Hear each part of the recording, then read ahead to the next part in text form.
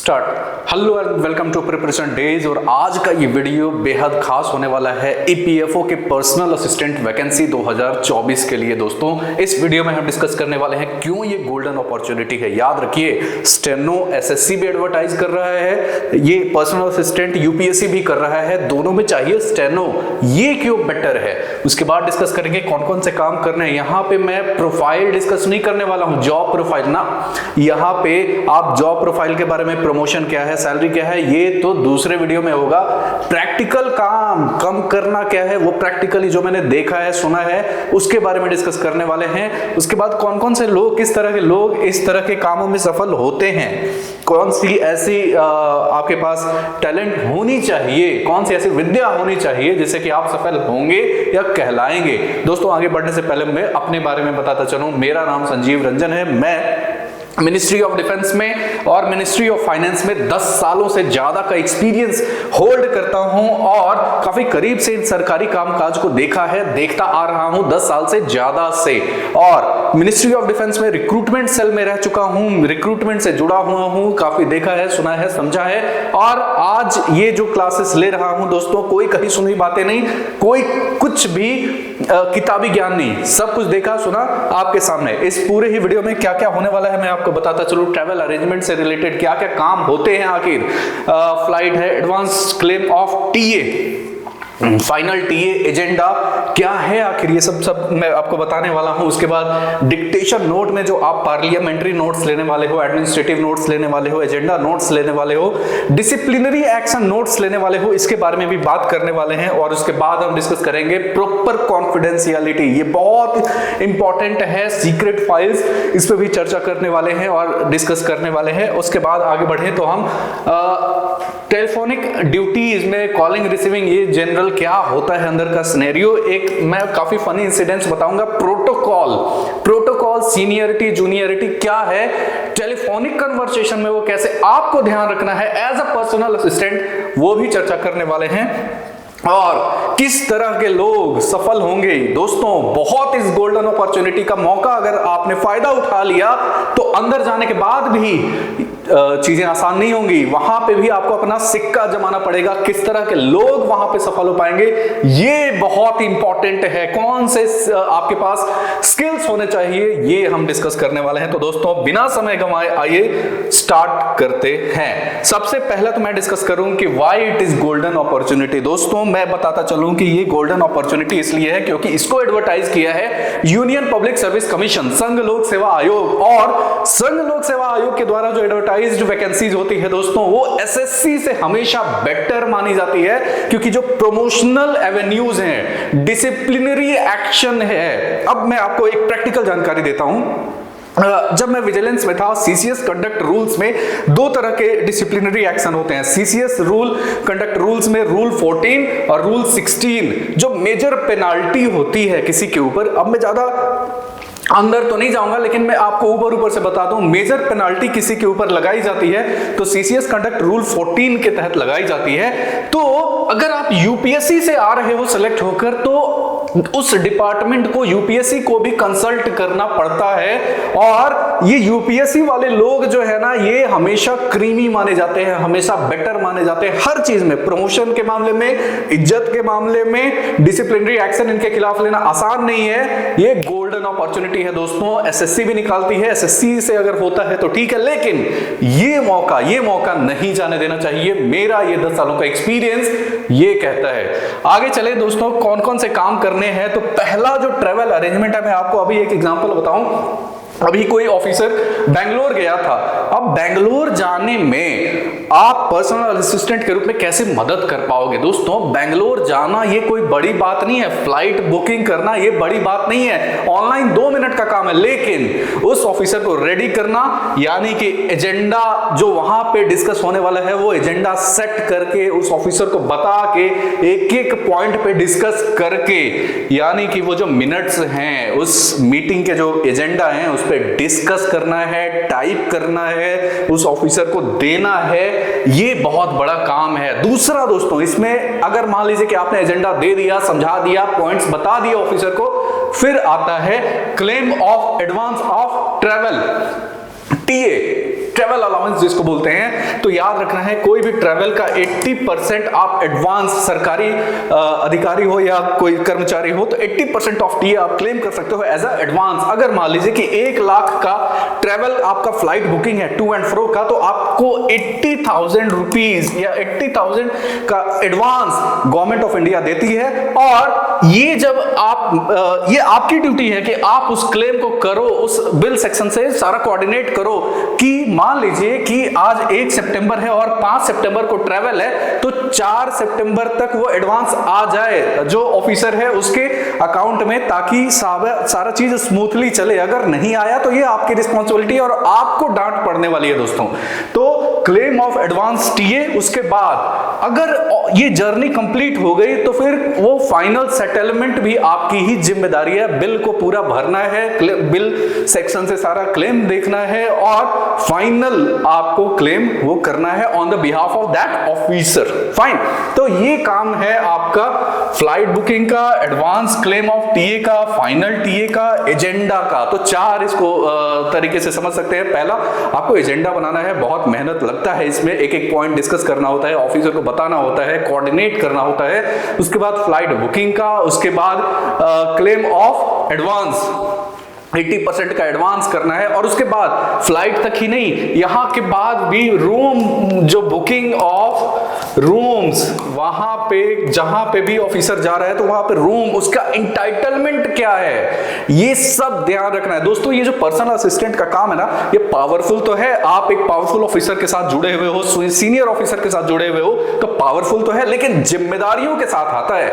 आप उस ऑफिसर का जो इंटाइटलमेंट है वो चेक करेंगे, फ्लाइट चेक करेंगे, रूम चेक करेंगे और सब कुछ सेट करके देंगे, यानी कि आप ही आप हो। आपके बिना ये डिपार्टमेंट या वो ऑफिसर का फंक्शनिंग बहुत मुश्किल होता है। तो आप देख सकते हैं कितना इंपॉर्टेंट ये सब काम है, जिससे कि अच्छा, कई लोग इसको उतना महत्व नहीं देते कि फ्लाइट ही तो बुक कर रहे हैं ना, आप उस पूरे फंक्शनैलिटी में एक महत्वपूर्ण रोल अदा कर रहे हो दोस्तों।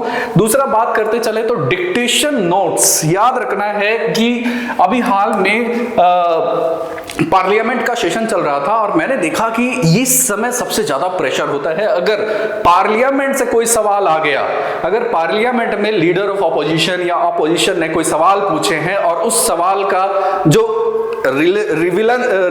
रिलेवेंस है वो आपके डिपार्टमेंट से जुड़ा हुआ है, तो ये मोस्ट अर्जेंट कैटेगरी में आता है। उस लेटर के ऊपर साफ साफ लिखा रहेगा मोस्ट अर्जेंट ऑब्लिक पार्लियामेंट्री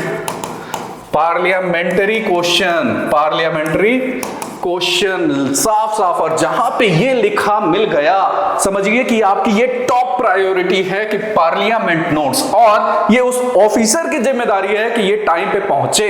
अब ये उस ऑफिसर की जिम्मेदारी है, तो ये आप उसके पर्सनल असिस्टेंट हो, तो आपकी जिम्मेदारी बनती है कि आप उस ऑफिसर को असिस्ट करो, उसको मदद पहुंचाओ, और जल्दी से जल्दी। इसके लिए आपको हो सकता है रात के 9 बजे तक भी बैठना पड़े, उस ऑफिसर को भी अगर 9 बजे तक बैठना पड़े तो बैठना पड़ सकता है, ये आपको करना पड़ेगा।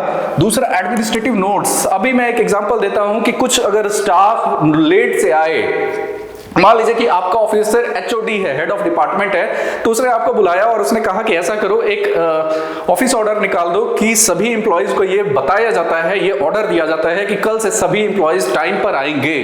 तो ये हो गया एडमिनिस्ट्रेटिव नोट्स। आपने फटाफट वो नोट किया, कंप्यूटर में टाइप किया, ऑफिसर से साइन करवाया और जाकर नोटिस बोर्ड पे चिपका दिया। तो दोस्तों ये हुआ एडमिनिस्ट्रेटिव नोट्स। नेक्स्ट है एजेंडा नोट्स। जी हाँ, ये ट्रेवल नोट्स, एजेंडा कोई भी मीटिंग फिक्स हो रही है जिसमें कि आपका कंसर्न ऑफिसर जा रहा है, तो वहां पे एक एजेंडा, जो चीजें डिस्कस होने वाली है उसको एजेंडा बोलते हैं, पॉइंट वाइज नोट्स होता है, तो वो उसको बनाने की जिम्मेदारी आपकी है। नेक्स्ट बात करें दोस्तों तो डिसिप्लिनरी एक्शन नोट्स। याद रखिएगा, कोई भी ऑफिसर अगर किसी भी अपने जूनियर स्टाफ के खिलाफ डिसिप्लिनरी एक्शन इनिशिएट करता है, तो डिसिप्लिनरी एक्शन नोट्स आपकी जिम्मेदारी बनेगी कि आप नोट वो बनाएं, विजिलेंस को भेजें कि ये अधिकारी या कर्मचारी यह करते हुए पाए गए जो कि सीसीएस कंडक्ट रूल्स के खिलाफ है, अतः इनके खिलाफ सो एंड सो अनुशासनिक कार्रवाई करने की अनुशंसा की जाती है। तो इस तरह के जो नोट्स हैं ये आपको विजिलेंस में भेजना है। तो दोस्तों ये जो डिक्टेशन वाले जो नोट्स हैं, इस तरह के काम आपको पर्सनल असिस्टेंट के रूप में करना पड़ेगा। नेक्स्ट बात करें तो कॉन्फिडेंशियल फाइल्स, याद रखना है कि आप सीनियर ऑफिसर से जुड़े हुए हो और आपकी जो पहुंच है वो कॉन्फिडेंशियल मैटर तक रहेगा, सीक्रेट मैटर तक रहेगा, ऐसे मैटर तक रहेगा जो आम अधिकारी कर्मचारियों तक नहीं रहेगा। और उस स्थिति में अगर आपके ऑफिसर ने ये कह दिया है कि ये कॉन्फिडेंशियल फाइल है, तो इसका मतलब ये है कि उस कॉन्फिडेंशियल फाइल का जो एक्सेसिबिलिटी है वो उस ऑफिसर के पास है और आपके पास है। अगर कोई किसी तीसरे ने उस चीज को लेकर उस ऑफिसर तक बात पहुंचाई तो ये ऑफिसर 2 मिनट में समझ जाएगा कि आपने वो बात लीक करी है। और ये चीज बहुत खतरनाक है ऑफिसेज में। अगर आप ये करते पाए गए तो याद रखना है कि उन जिम्मेदारी भरी पोस्ट से आपको हटाया तो जाएगा ही, बहुत ही सिंपल है, आपके खिलाफ अनुशासनिक कार्रवाई बहुत आराम से की जा सकती है। तो आप ये कहते हैं ना कि बचाने की क्षमता के साथ आए। जो अगर सीक्रेट फाइल्स हैं तो आपने मजाक में अपने दोस्तों को कह दिया और वो दोस्त फिर वो बात फैल जाती है, तो आपकी ये जिम्मेदारी बनती है कि उसकी सीक्रेसी को, उसके कॉन्फिडेंशियलिटी को मेंटेन रखना। तो दोस्तों ये कॉन्फिडेंशियल मैटर भी आप ही के पल्ले आएगा, क्योंकि जो आपका ऑफिसर है बहुत सीनियर है, आपके ऑफिसर का एक्सेस वहां पे है और वो ऑफिसर आपकी मदद के बिना उसको कॉन्फिडेंशियल रख नहीं सकता। अपने पर्सनल वो अगर रखना चाहे तो रखे, लेकिन यूजुअली मैंने ऐसा देखा नहीं है। उसके जो पर्सनल असिस्टेंट है वो उस कॉन्फिडेंशियल मैटर को संभालते हैं, अपने पास रखते हैं। तो कॉन्फिडेंशियल मैटर्स। उसके बाद दोस्तों टेलीफोनिक ड्यूटीज, ये बड़ी जिम्मेदारी है। आपको मैं बताऊं तो यहाँ ड्राइवरों के साथ भी आपकी बड़ी साठगांठ करनी पड़ती है। क्या है कि किसी भी डिपार्टमेंट में कई तरह की गाड़ियां होती हैं और आपके पास 2-3 तरह के फोन अवेलेबल होते हैं हमेशा।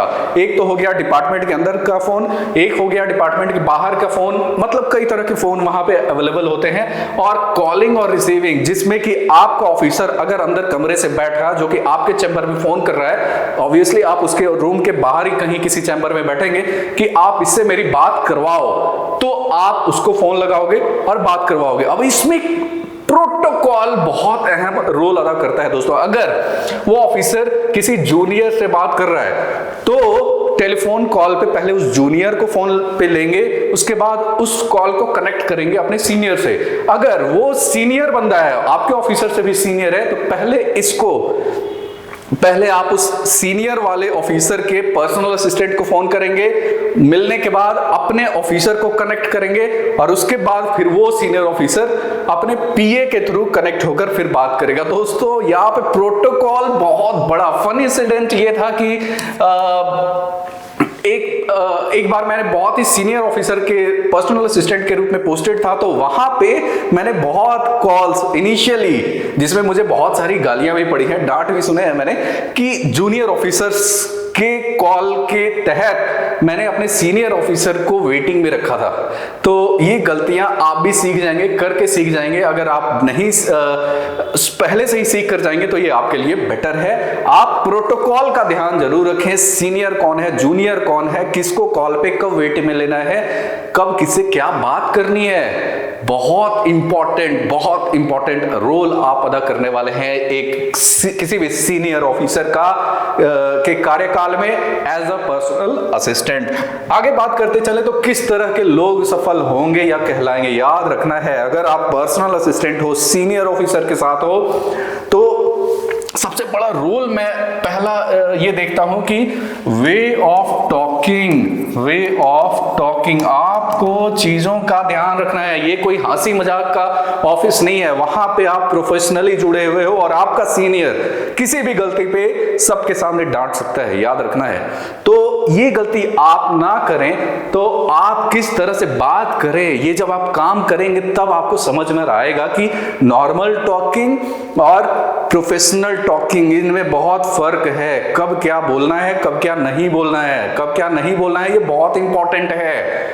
याद रखना है, व्यक्तिगत व्यवहार ये बहुत इंपॉर्टेंट है। सीनियर जूनियर्स, इनका ध्यान रखना। दूसरा, आपको कंप्यूटर की का या जो नॉलेज है बहुत अच्छा होना चाहिए। उसमें भी MS ऑफिस, MS ऑफिस का तो नॉलेज बहुत होना चाहिए। आपका ऑफिसर कभी भी बोल सकता है कि इसको लिफाफे पे प्रिंट आउट करके ले आओ।